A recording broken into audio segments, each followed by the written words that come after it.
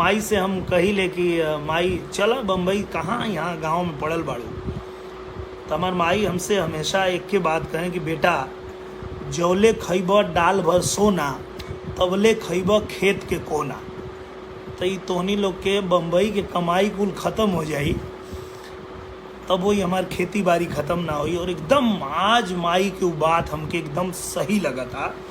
आज जब हमनी के कोनो कमाई धमाई के जरिया नहीं बचल और 40-50 दिन से घर में बैठल बानी जा, और अब जब हम माई के फ़ोन कर ले, माई सब ठीक बा, कोनो दिक्कत तो नहीं खे। तो माई कहले यहाँ कोनो दिक्कत नहीं खे, वो तोहनी लोग के दिक्कत होकर।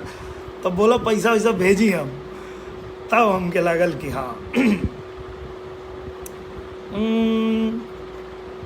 जवन मजा गांव के सिवनिया, बहुत पहले हम गाना गौले रहनी और ये बहुत लोग पसंद कैले रहे। और ये गाना आज लागत है कि एकदम सही फिट बैठ गई बा कि जवन मजा गांव के सिवनिया, मिली पूरे दुनिया में नाही, दुनिया में नाही भैया, दुनिया में नाही, मिली पूरे दुनिया में नाही। जवन मजा गांव के सिवनिया, मिली पूरे दुनिया में नाही। छोड़ देहली खेती बाड़ी, छोड़ देहली गौवा, अरे झूठा ही बढ़वली शहरिया में पौवा। शहरी रोशनिया में नाही, शहरी रोशनिया में नाही। जवन सुख माई के चरनिया, मिली पूरे दुनिया में नाही।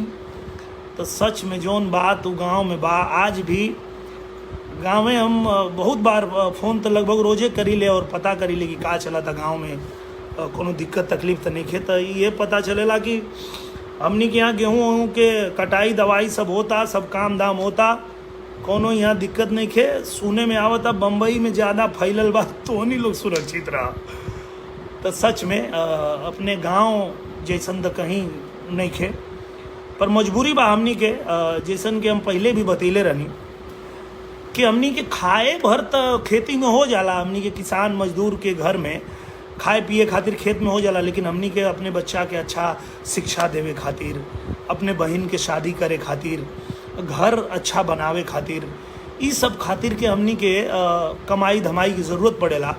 और चूँकि हमनी के प्रदेश में एकर कोनो बहुत अच्छा सुविधा आज तक नहीं खे भइल रोजगार के, कि जौना वजह से कि हमनी के वहीं कमा धमा ले जाओ। तो मजबूरी में हमनी के कबो कलकत्ता, दिल्ली, पंजाब, मुंबई, मैंगलोर या सऊदी, दुनिया के अलग अलग कोना में जाए के पड़ेला। ये हमनी के मजबूरी बा।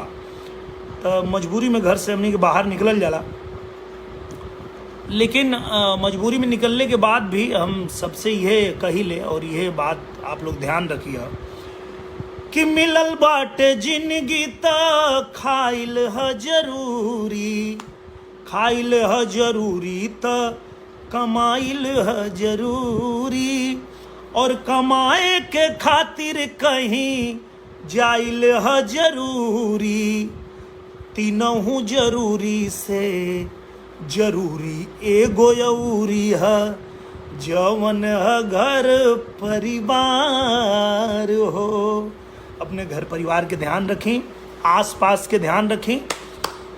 जैसे हमारे पवन भैया हमें, पवन सिंह जी, उनकर गाना जो बा बहुत हिट गाना, तू लगावे लू जब लिपस्टिक, पूरा दुनिया में सुपर हिट भइल बा ई गाना, और लोग सब लोग एके बजावेला सुनेला। तो हम सोची ले आज के समय में कि कोरोना में लॉकडाउन बा, हमनी घरे में बैठल बानी जा, तो अगर पवन भाई के अपने मेहरारू के कहे के होई तो वो का कहिए, ये कहिए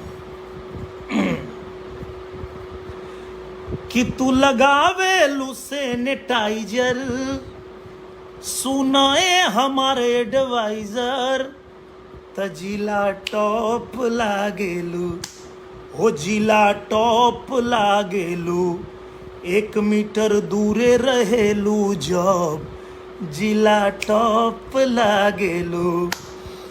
ई त हमके लागता अब कई लोग गाना के